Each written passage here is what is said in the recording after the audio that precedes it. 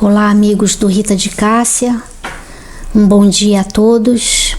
Hoje nós vamos falar a respeito da lei de liberdade, lá no Livro dos Espíritos, no seu terceira parte, capítulo 10, das perguntas 825 a 828, que falam da liberdade natural, da liberdade que todos nós temos de pensar e de agir.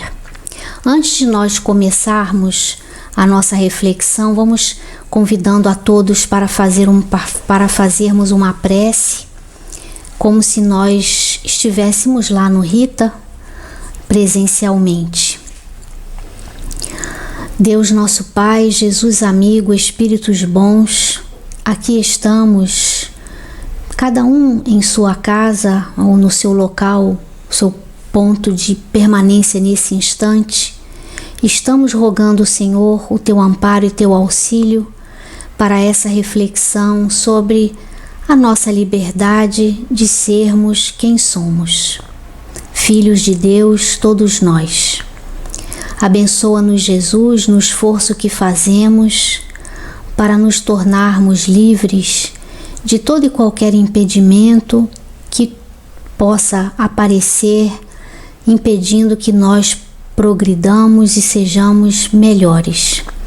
Abençoa os esforços de cada um de nós e fica conosco nesta hora, Senhor. Que assim possa ser. Bom, então, como nós dissemos inicialmente, estamos comentando a respeito da liberdade natural. O conceito de liberdade, lá no Aurélio, diz o seguinte: faculdade de cada um de decidir segundo a própria determinação. Essa é a definição primeira, número 1. E a segunda, que vem logo após essa, no Aurélio, ele já nos coloca no contexto social, da vida em comunidade, da vida de relação. Então ele diz que é a nossa faculdade de decidir segundo a nossa determinação, dentro dos limites impostos por normas definidas do grupo ao qual nós pertencemos e onde nós estamos inseridos. Então nós vamos percebendo que a questão que nós estamos refletindo aqui é: eu tenho a liberdade de fazer tudo o que eu quero, da forma como eu penso, na hora que eu quiser? Essa seria uma liberdade natural? Ou existem limitações, cerceamentos dessa liberdade de fazer o que eu quero e penso na hora que eu bem entendo?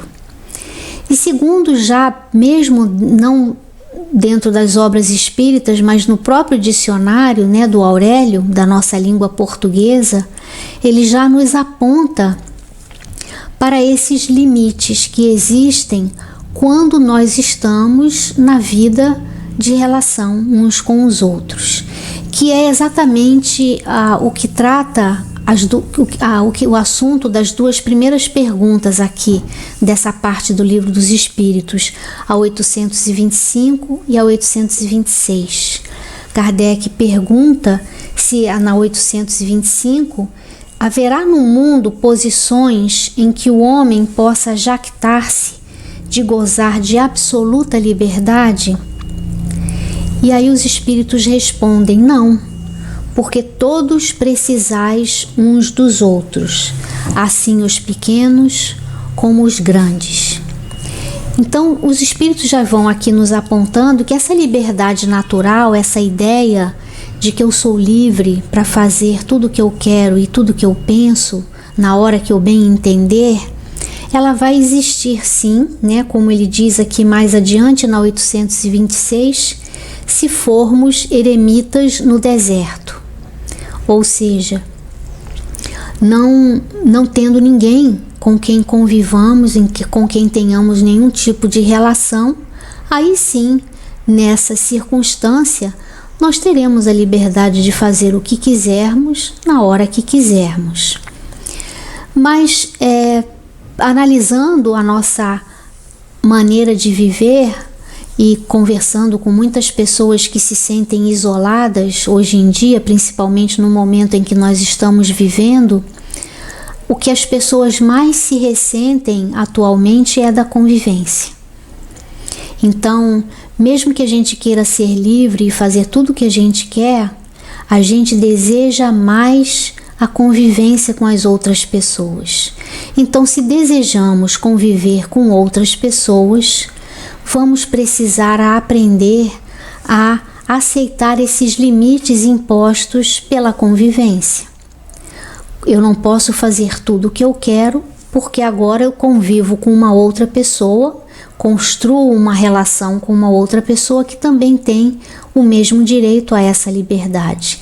Então vamos precisar aprender a negociar, a respeitar o limite um do outro, para que a nossa convivência seja a mais proveitosa para ambas as partes. Então, sempre que houver convivência, relação com outras pessoas, nós perdemos um pouco da nossa liberdade total e completa 100%. Então, é uma ilusão, muitas vezes, que nós temos de acharmos que podemos fazer o que quisermos, na hora que quisermos, e não interessa os outros. Isso, na verdade, é uma absoluta falta de respeito pelo direito da liberdade do outro e é uma falta de sensibilidade da vida de relação.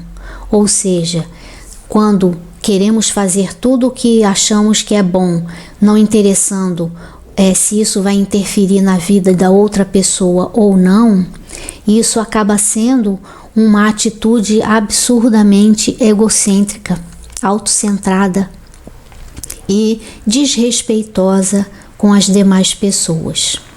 Então, nós vamos percebendo aqui nessas duas respostas, na 826, os Espíritos nos dizem assim: desde que junto estejam dois homens, há entre eles direitos recíprocos que lhes cumpre respeitar.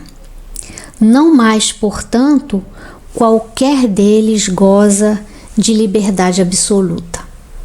Então, a partir do momento que estamos convivendo com outras pessoas e estamos junto com outras pessoas a maior parte do tempo, pessoas desconhecidas, na rua, no transporte público, em qualquer loja, em um shopping, existem pessoas à nossa volta, nesses lugares não temos a liberdade de agir 100% como nós quisermos.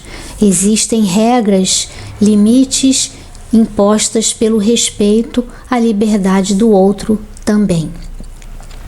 Então, esse é um primeiro apanhado, uma primeira notícia, informação dessa reflexão a respeito da liberdade natural. Ela só vai existir se vivermos totalmente isolados, sem ninguém à nossa volta. A partir do momento que haja convivência, há limitação a essa faculdade de decidir segundo a própria determinação, lá dentro do conceito que o Aurélio nos traz. Na pergunta 827, Kardec então avança questionando essa cerceamento, essa limitação da liberdade. Ele pergunta assim: a obrigação de respeitar os direitos alheios tira ao homem o de pertencer-se a si mesmo? Ou seja, nessa vida de relação, já que eu não posso fazer tudo o que eu quero e penso na hora que eu quero e bem entendo, será que isso me tira a liberdade de ser quem eu sou? É exatamente essa pergunta que Kardec faz aqui, de pertencer-se a si mesmo. E os espíritos respondem aqui de forma muito surpreendente: de modo algum, porquanto este é um direito que lhe vem da natureza. Ou seja, o direito de nos pertencermos a nós mesmos, ou o direito de sermos quem somos e a liberdade de sermos quem somos, é um direito que nos vem da natureza. Agora, o como vamos expressar isso? Com qual intensidade e até onde vamos para externar essa pessoa que nós somos na sociedade, nos ambientes em que nós estamos, nós vamos precisar atentar para essas regras que determinam os limites de até onde eu vou, para que a gente não se imponha ao território do outro sem a sua permissão. Isso é liberdade. Ou seja, dentro de mim, eu sei quem eu sou, eu me pertenço e eu tenho absoluta liberdade para isso. A partir do momento que isso sai de mim e entra na minha vida de relação, eu vou precisar dosar até onde eu posso ir, porque existe também a liberdade do outro de ser quem ele é. É muito sutil essa informação, mas ela é muito importante. Aqui dentro de mim, eu sei quem eu sou, eu me pertenço. E ampliando um pouco essa reflexão em torno do eu me pertenço, eu pertenço a mim mesma, eu sei quem eu sou, aqui dentro eu sou livre para ser quem eu sou. Nós vamos agora pensar em bloqueios que possam impedir a mim mesmo de ser quem eu sou. Primeiro, existem os bloqueios externos, que podem surgir na nossa vida na forma de críticas, de opiniões e julgamentos dos outros. Então, muitas vezes, na minha vida de relação, eu tenho um pensamento até interessante, bom, construtivo, mas eu evito expressá-lo ou demonstrá-lo por medo do que os outros vão pensar a meu respeito, de que julgamento eles vão fazer sobre a minha pessoa. Então, quando eu permito que isso aconteça, quando eu me restringo de expressar quem eu sou positivamente, com medo da crítica, do julgamento ou da opinião dos outros e de ser rejeitado, eu estou colocando uma limitação em mim mesmo, que na verdade a vida não coloca. A vida de relação não coloca. É como se eu tivesse criado esse impedimento, esse bloqueio, com medo de não ser aceito, com medo de ser julgado ou criticado, ou com medo que a minha opinião, a minha ideia não seja assim tão interessante. Então eu vou criando limitações que vêm do externo, impedindo-me de me pertencer a mim. Muitas vezes, é claro, em determinadas situações, é bom mesmo que eu não expresse o que eu penso, porque pode provocar uma situação um pouco mais complicada e que eu não vou saber administrar. Mas eu preciso sempre ter claro para mim qual é a minha opinião a respeito daquele assunto, mesmo que eu não expresse. As pessoas podem estar falando de assuntos com os quais eu não concorde. Eu posso expressar a minha discordância, se for o caso, se eu sentir que vai ser acolhida a minha opinião, mas se eu percebo que não será acolhida, eu não preciso expressá-la, mas eu preciso ter consciência do que eu penso. Isso é pertencer-se. Não preciso falar o tempo todo o que eu penso, mas eu preciso saber muito bem qual é a minha opinião sobre todas as coisas. Isso é estar consciente. E, como eu falei, do externo, existe também mecanismos internos. Às vezes não vêm de histórias e de circunstâncias externas, daquele medo de não ser aceito, de não ser acolhido, mas eu mesmo me imponho uma porção de restrições para expressar o que eu penso, expressar o que eu sinto, porque de alguma forma eu me coloquei como que numa camisa de forças, e aí eu não posso pertencer-me a mim mesmo, porque eu mesma criei um mecanismo de impedimento. Essas são todas situações e circunstâncias importantes para nós analisarmos o quanto eu me permito ser quem eu sou e o quanto eu aceito a pessoa que eu sou. Com todas as dificuldades, somos todos espíritos de evolução mediana, não existe nenhum espírito de luz na Terra, a não ser aqueles que vêm com essa missão específica, mas são muito poucos. A maioria de nós, todos espíritos de evolução mediana, todos com direito a opiniões, a ideias, julgamentos sobre fatos, circunstâncias e pessoas, mas cada um com a sua opinião. Como eu tenho a minha, as outras pessoas também têm. Então, existe uma lenda hindu muito interessante falando sobre essas facetas da verdade. É uma história que conta de uma luta, uma guerra entre duas tribos, uma comunidade de cegos e uma outra que vinha com todo o aparato bélico, todas as suas armas, inclusive usando elefantes. Na Índia, os elefantes também eram usados em batalhas para atacar essa comunidade de cegos. Então a notícia correu na comunidade dos cegos que o inimigo tinha uma arma poderosíssima, que eles seriam completamente dizimados por essa arma. Então eles convidaram alguns dos cegos para irem secretamente à noite no acampamento do inimigo, descobrir tudo que eles pudessem a respeito dessa arma poderosa, que era um elefante.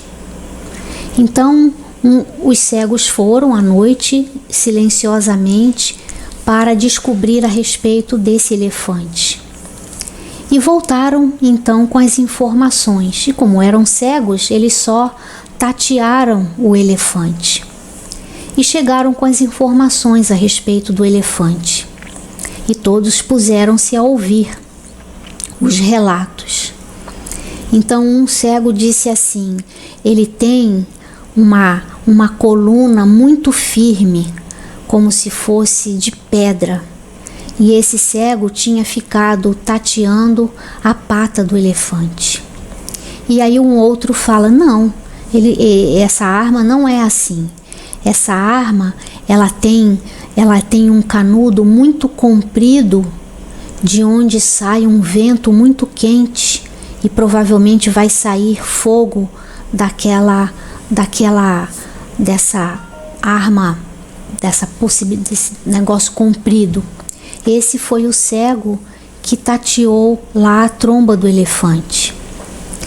E um outro tateou a orelha e um outro tateou o couro do elefante. Cada um tinha a sua impressão completamente diferente da do outro. E cada um estava falando de uma parte do elefante. Cada um de nós, quando emite opinião, quando emite julgamento, fala de uma parte da verdade que a gente vê. É uma pata, é uma tromba, é uma orelha, é o pelo, a pele do elefante, é o rabo, mas não é o elefante inteiro, porque somos cegos ainda, evolutivamente falando. Estamos construindo o conhecimento a respeito da vida.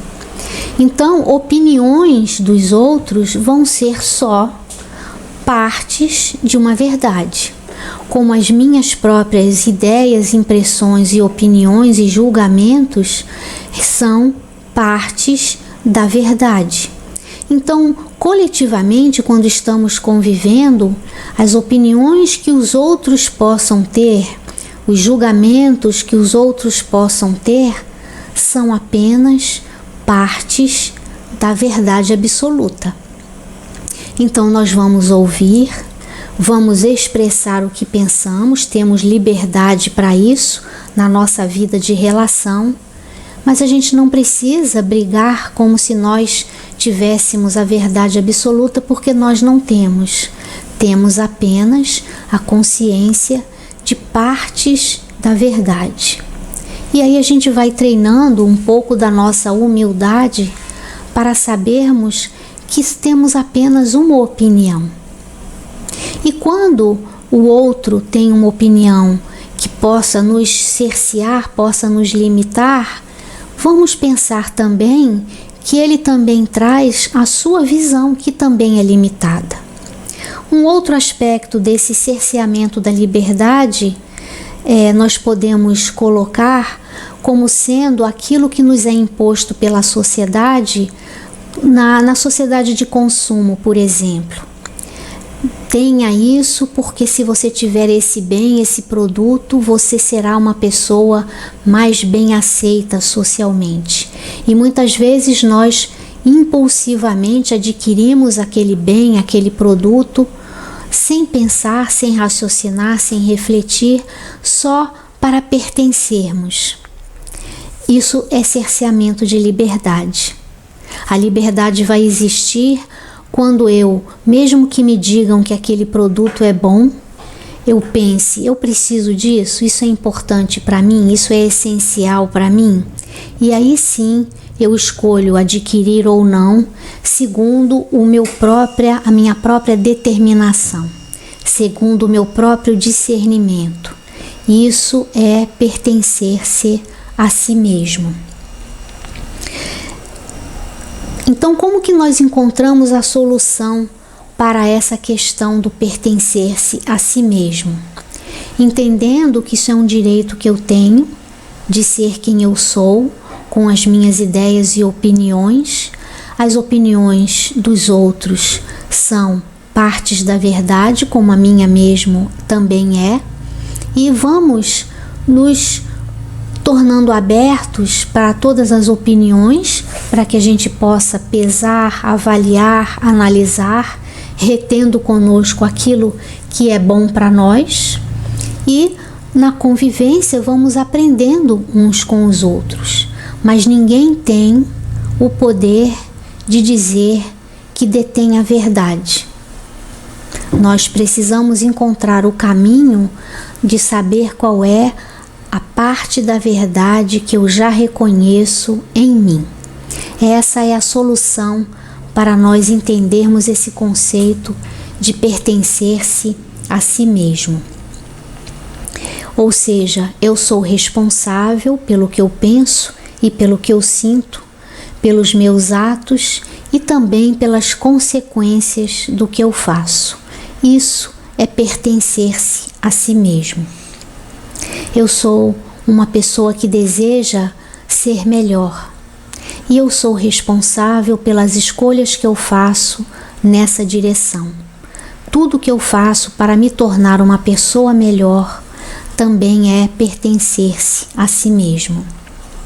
E quando eu coloco tudo isso que eu sei, tudo isso que eu conheço, todas as minhas habilidades, todos os meus dons a serviço da vida, isso é pertencer-se a si mesmo.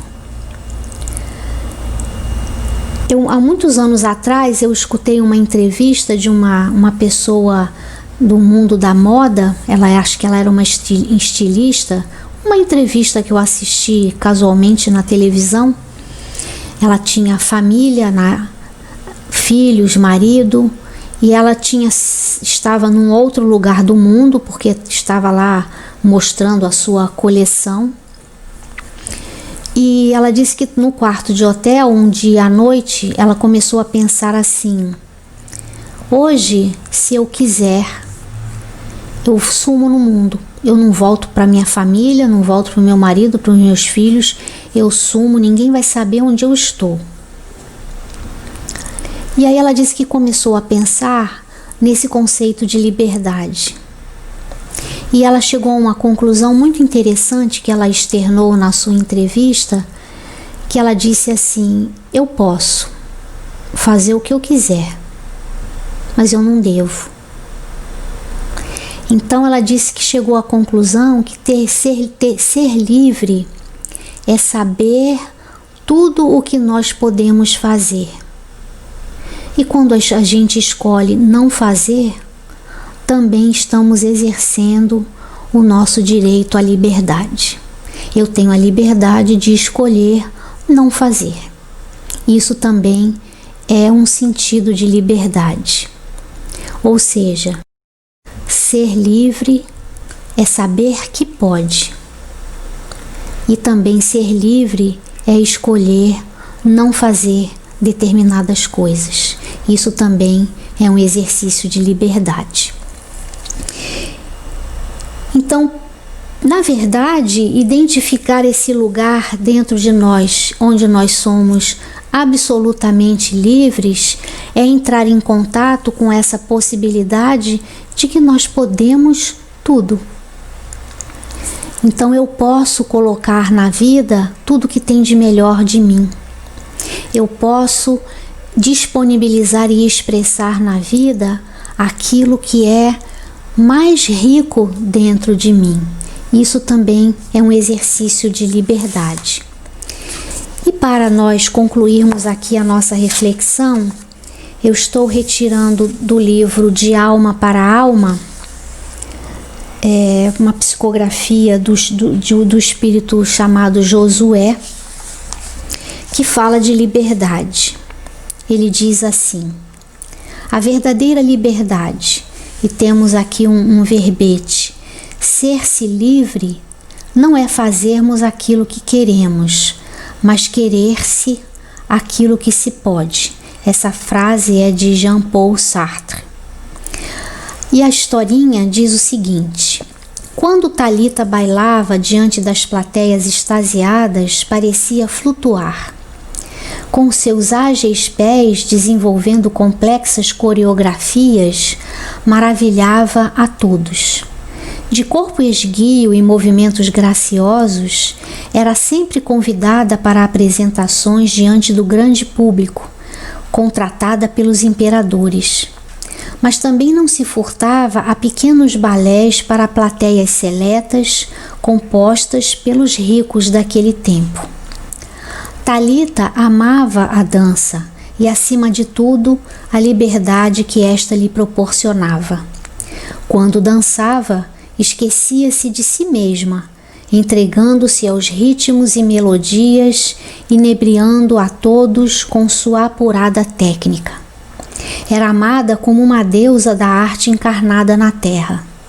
Tinha um séquito de admiradores e fãs, e a sublime arte provinda de seus belos movimentos sensibilizava a muitos corações.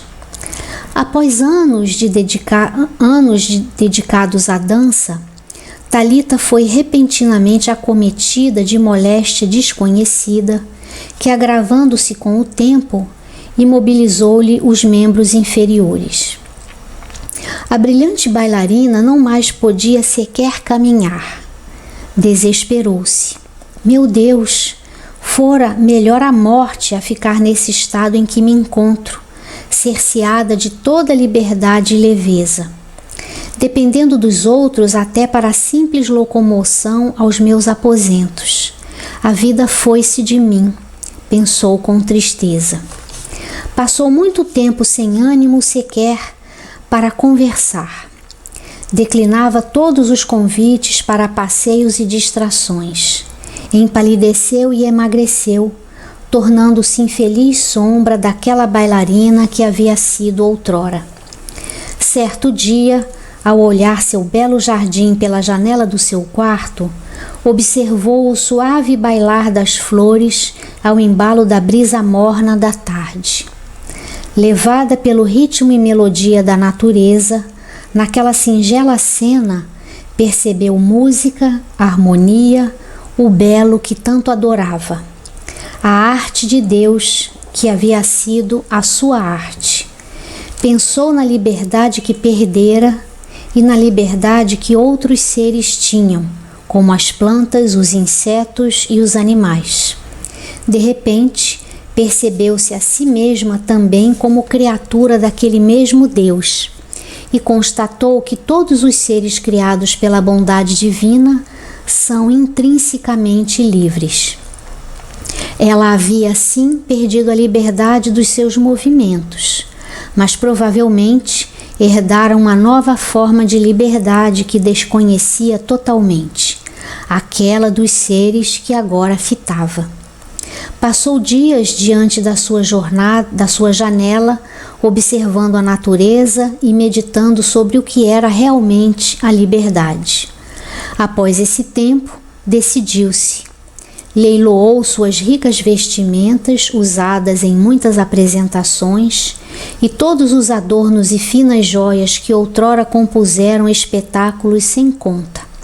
A quantia levantada foi então doada à instituição religiosa que cuidava de deficientes e paralíticos. Nessa doação, Talita sentiu-se livre novamente, como outrora. Afinal, compreendia o significado da palavra liberdade. E aí temos uma pequena comentário do espírito de Josué.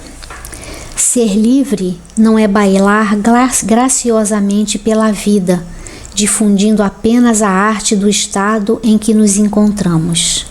Ser livre é caminhar presos ao solo, mas de alma liberta, fitando o invisível em profunda reverência à vida.